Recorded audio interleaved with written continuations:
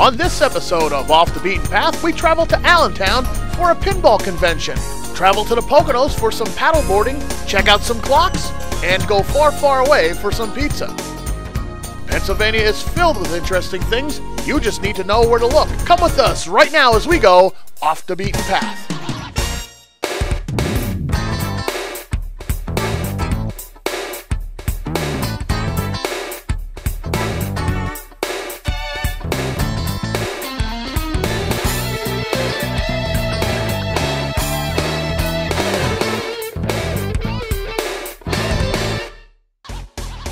Hello everyone and welcome to season number 4 of Off the Beaten Path. Ken Kara with the creator, producer, everything of Off the Beaten Path, Jeff Bonomo. Jeff, lesson number 1 from season 4, airports are cool. Yes. And we'll talk more about that a little later, but our first story is from you.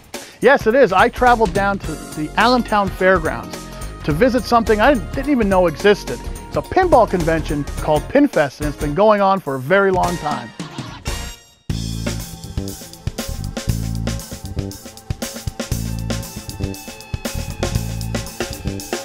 Welcome to Pinfest in Allentown, an annual gathering of pinball enthusiasts from across the country. They come from all walks of life, young and old, to celebrate this very American and now nostalgic pastime, pinball. You know, back in the day, this was one of my favorite games. About 2 months ago, I didn't even know a gathering like this existed, and I've just been told it's been going on for almost 20 years. It started in a small fire hall with about 40 machines, and they thought they were just gathering a handful of people.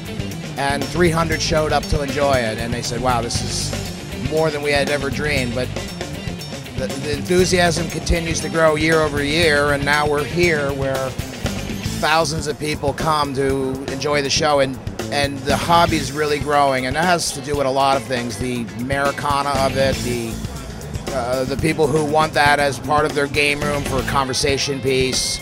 Lots of enthusiasts here who do restorations, maybe light restores.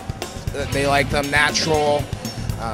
What this show has to offer is a collection of enthusiasts who come and bring their machines, and then we invite the public to come out and enjoy them like we do. And everything is on free play, and it's one of those things where we just have a whole sea of everybody, whether it's the local community or people as far away as Australia, are here today to participate because it's something that's unique, from what I understand, in the United States.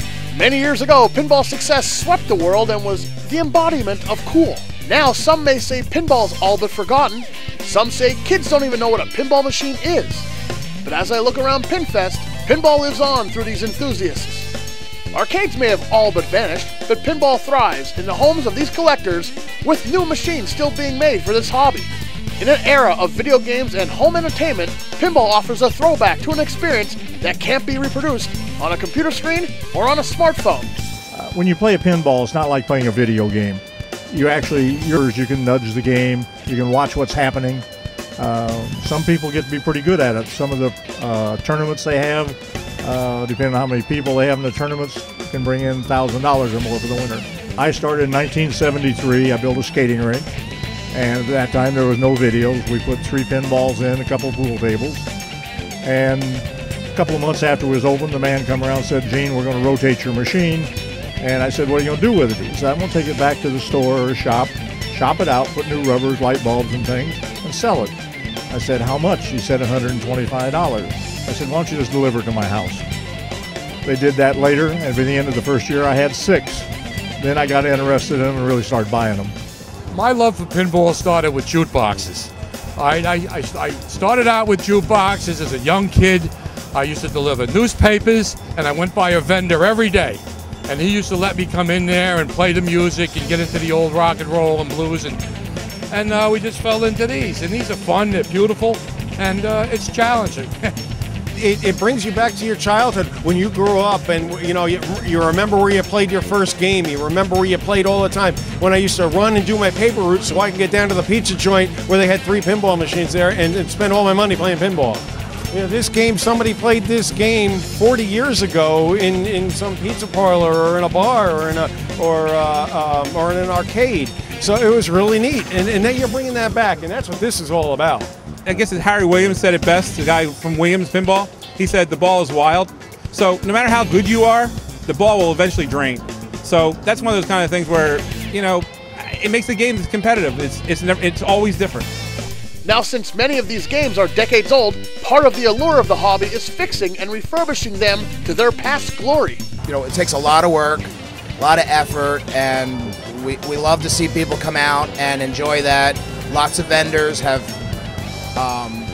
made new parts to repair parts that are now obsolete.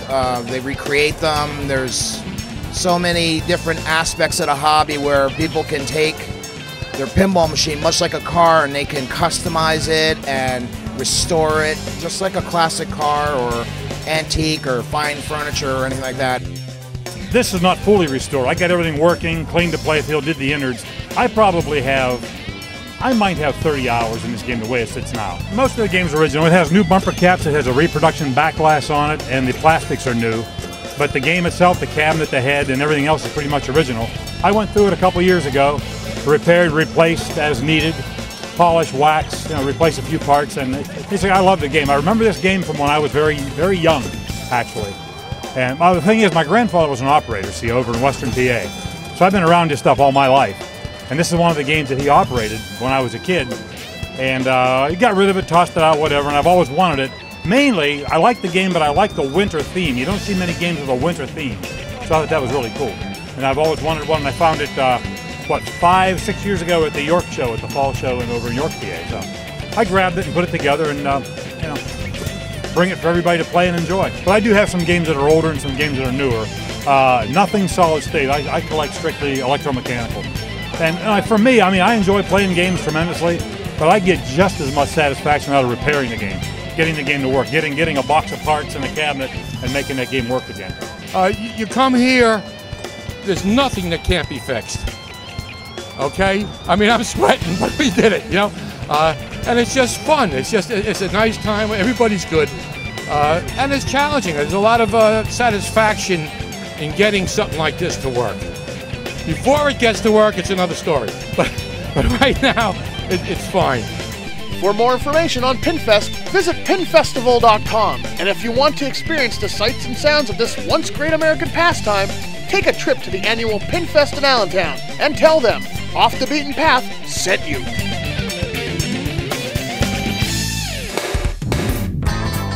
Coming up next on Off the Beaten Path, Ken takes a paddleboard ride in the Poconos.